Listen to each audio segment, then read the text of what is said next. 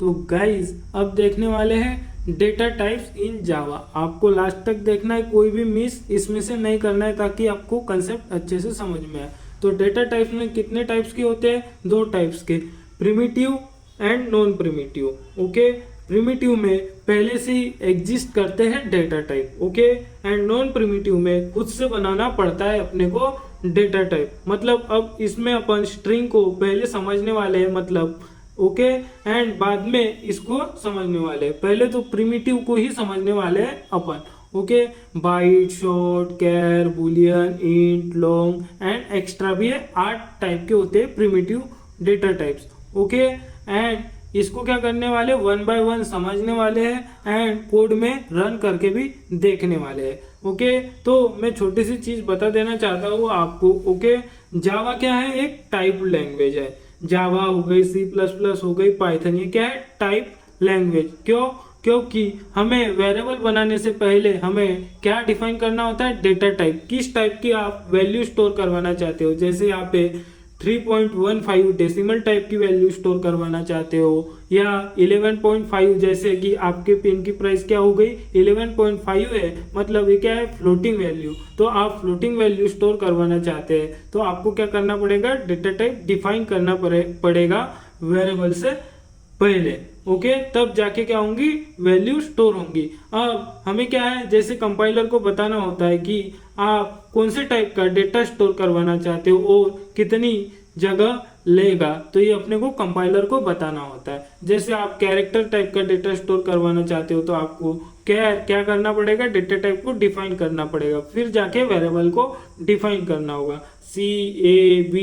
Okay, और ऐसी भी लैंग्वेज एग्जिस्ट करती है जिसमें आपको क्या डेटा टाइप डिफाइन नहीं करना। जैसे कि वो लैंग्वेज हो गई जावास्क्रिप्ट। आपको वेर, लेट, बस इसी 2 कीवर्ड से काम चल जाता है। ओके, एंड ये क्या है? जावा, C++, पाइथन स्ट्रिक्ट लैंग्वेज है।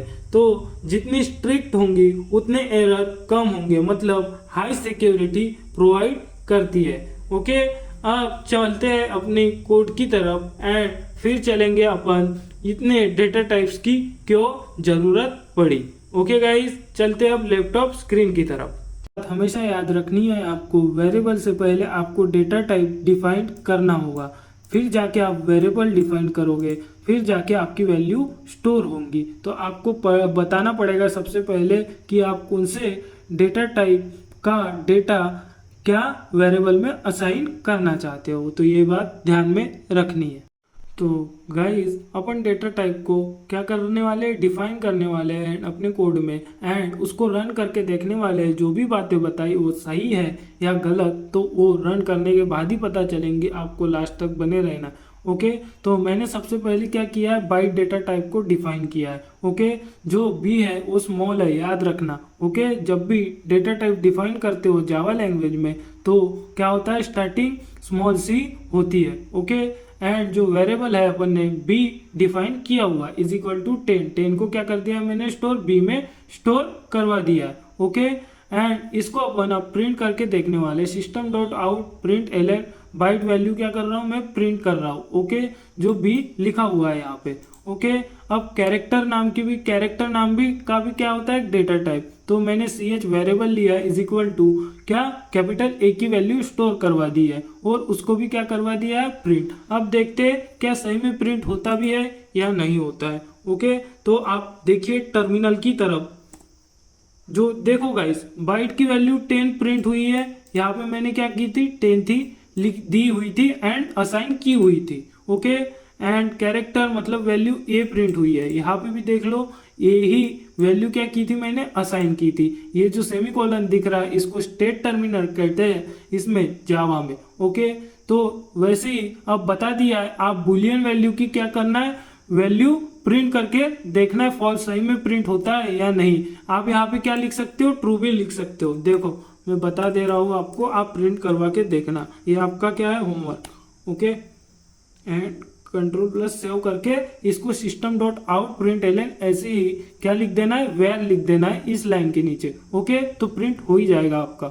ओके, अब जैसे कि आपको दिख रहा है एग्जांपल यहाँ पे फ्लोट प्राइस, तो जैसे कि डेसिमल वैल्यू है अपने पास 11.5। ओके, तो आपको क्या फ्लोट डिफाइन करना पड़ेगा, क्या, डेटा टाइप, और ये प्राइस क्या है, वेरिएबल। तो उसमें जाके क्या होंगी, अपनी डेसिमल वैल्यू असाइन हो जाएंगे यानी स्टोर हो जाएंगी। ओके। एंड इंटीजर टाइप का मतलब ये क्या होता है, होल नंबर। इंटीजर जैसे 100, 1000 लिया हुआ आपने, तो ये नंबर क्या है, इंटीजर टाइप का, तो इसीलिए नंबर में क्या असाइन हो गया अपना 100।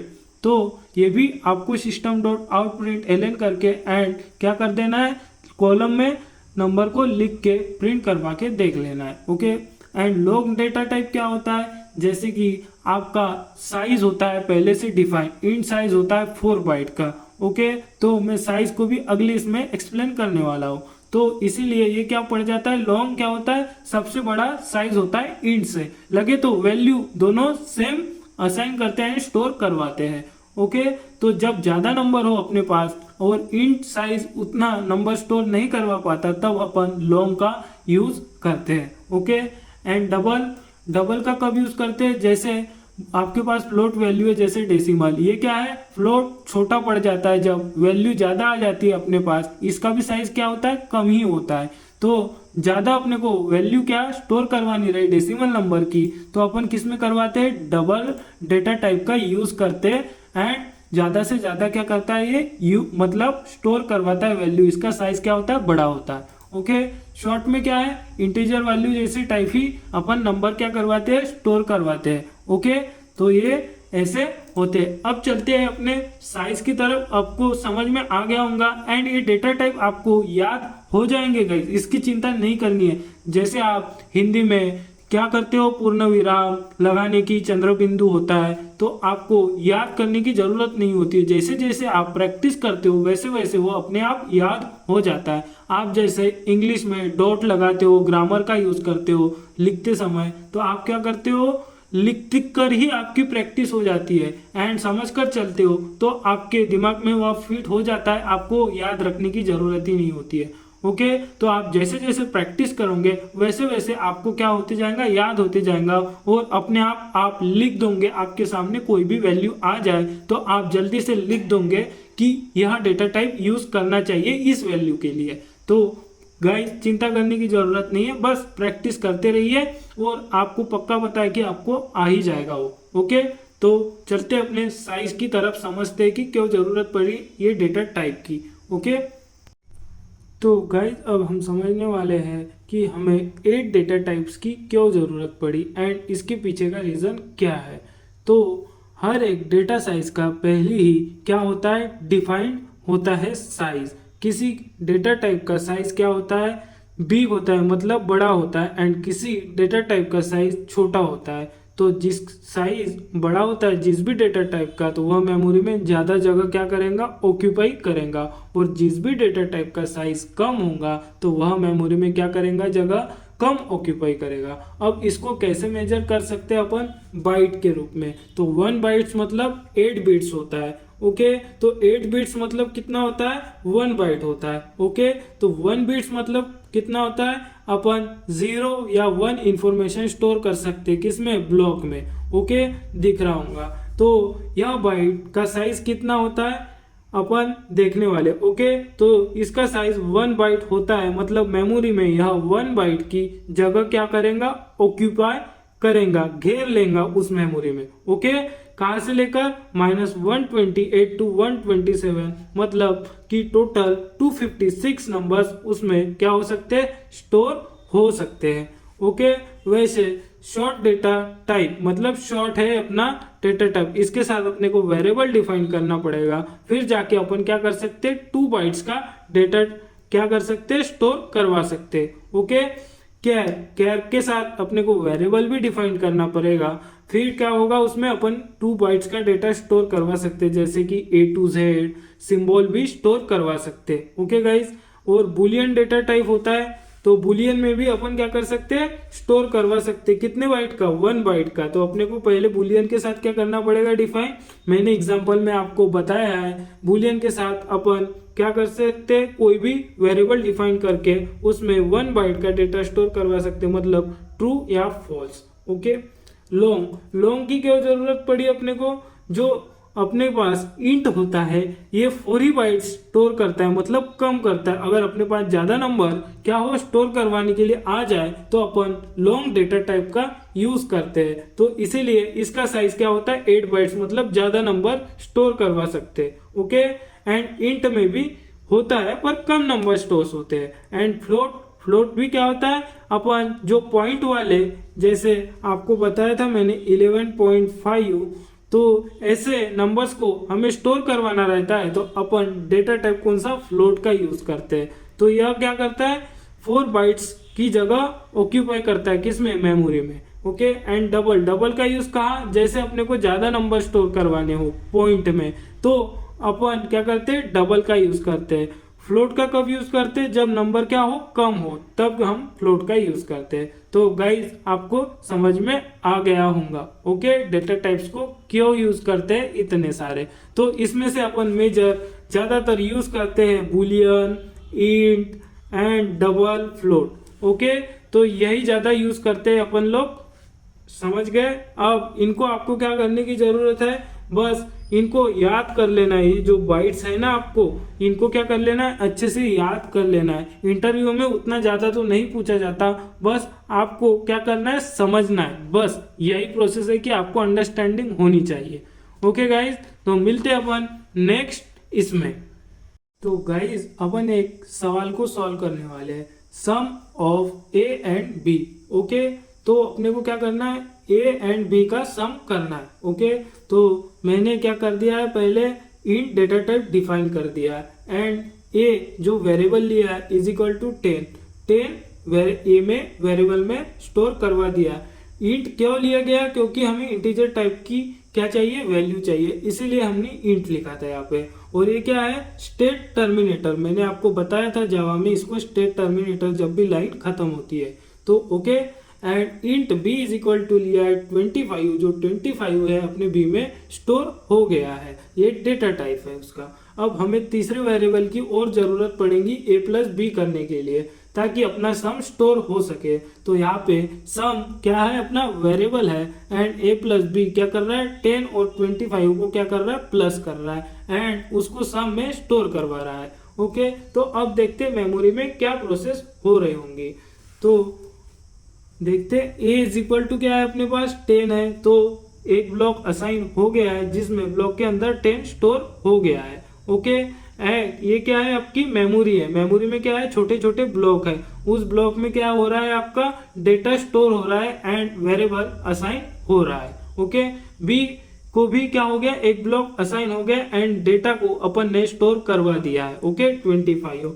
अब क्या जाएगा, सम के पास जाएंगे, तो सम क्या करेगा, इस कंपाइलर में फाइंड आउट करेगा ए प्लस बी को। तो ए भी मिल गया है उसको एंड बी भी, तो यहाँ पे ए क्या है, 10 है एंड प्लस करेंगे एंड 25 है बी। ओके, सम में क्या होगा, स्टोर होगा। तो सम क्या है, वेरिएबल असाइन कर दिया गया है एक ब्लॉक को एंड उसमें आउटपुट क्या हो गया है, 35 जाके स्टोर हो गया है। अब अपन को क्या करना है, इसको प्रिंट करवाना है। तो system dot out dot print sum, तो यहाँ पे क्या हो जाएगा, अपना सम प्रिंट हो जाएगा।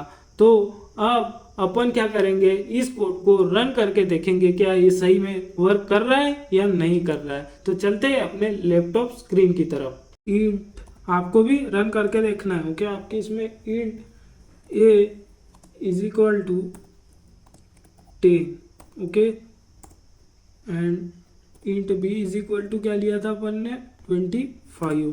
ओके, एंड अब इसको क्या करना है, अपने को प्रिंट करवाना है। Okay, sum a plus b. Okay, and यहाँ पे क्या कर देना है अपने को, system dot out print LN करके। ओके, अब इसको कंट्रोल प्लस सेव कर देना है। ओके, कंट्रोल प्लस सेव कर दिया है। अब आना है टर्मिनल में।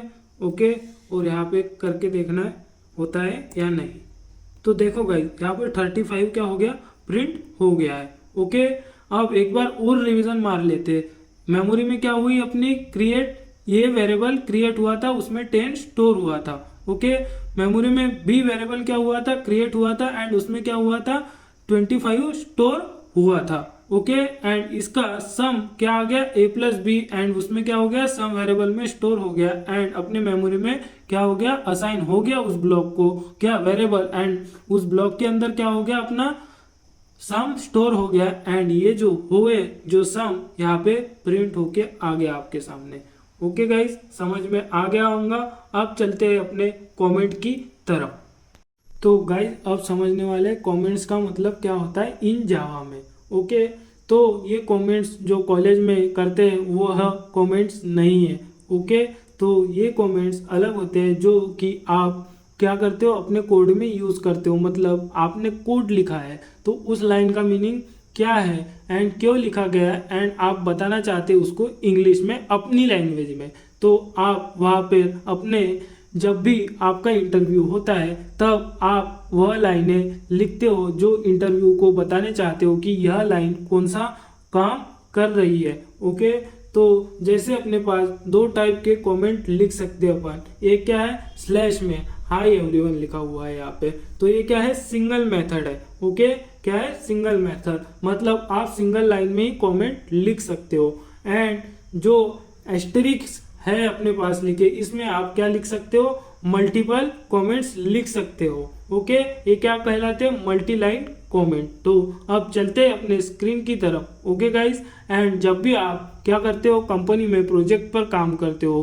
तो आप बहुत सारे कमेंट्स का यूज़ करते हो एंड अपनी लैंग्वेज या इंग्लिश में कमेंट्स को लिखते हो। जो कोड की लाइन लिखी है उसके ऊपर उसका क्या लिखते हो मीनिंग लिखते हो, ताकि कोई आए आपका प्रोजेक्ट देखे तो उसको अच्छे से समझ में आए, तो इसीलिए इसका यूज़ करते हैं। तो चलते हैं अपने लैपटॉप स्क्रीन की तरफ, मैं आपको एक बार उसका एग्जांपल दिखा देता हूँ।